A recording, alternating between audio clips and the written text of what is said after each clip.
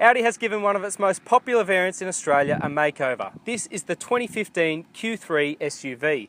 But rather than apply wholesale changes, the German car maker has simply made tweaks to the drivelines and the styling. Let's find out whether it's enough to keep this car at the top of the sales charts. Q3 has been a hit in Australia virtually ever since it landed in 2012.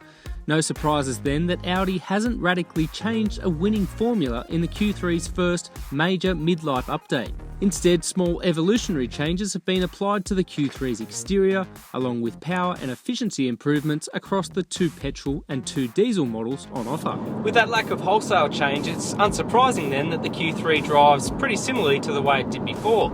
And that's no bad thing at all. The steering is nicely weighted and accurate, and there's excellent body control. Attributes that really help the Q3 stand up against its competition as quite a good little driver's car.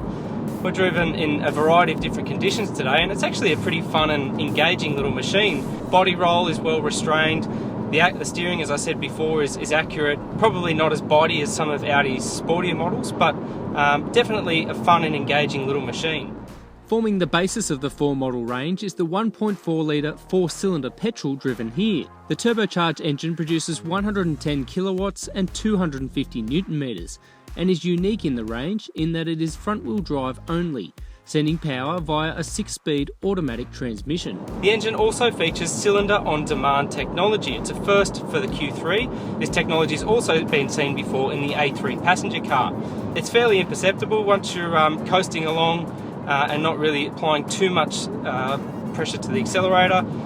You've got a little reading in the instrument cluster to tell you you're back to 2 cylinders instead of 4, and it basically just kicks in and out. You can barely even notice from the driver's seat.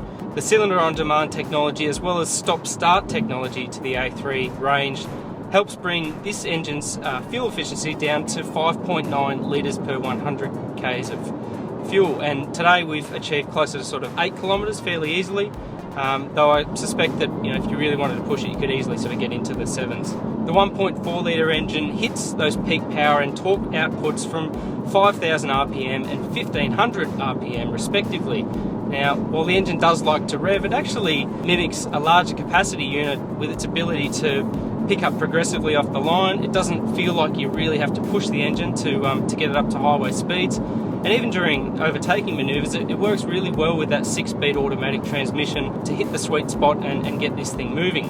Another minor blemish against the driving experience is road noise. On coarse chip sections, particularly above sort of 70 or 80 kilometres an hour, it's sort of ever present in the background, but it's in no way offensive. The rest of the Q3 package feels fairly well polished. The way it encounters bumps is pretty good. You feel sharper undulations sort of come through the chassis, but it's never jolty or crashy, which is the most important thing. Curiously though, the lower spec models with smaller wheels are actually better over the bumps than the higher spec models which ride on 18-inch wheels and rubber. So in some respects, those after a more compliant ride are almost better off going for the base model car or de-speccing the higher spec models.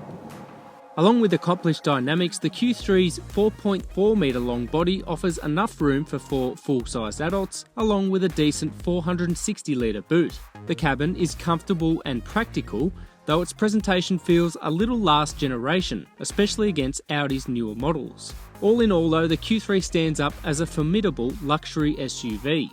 It may lack the swoopy looks of fresher products, inside and out, but the updated model brings enough form and function to stay near the pointy end of a growing segment.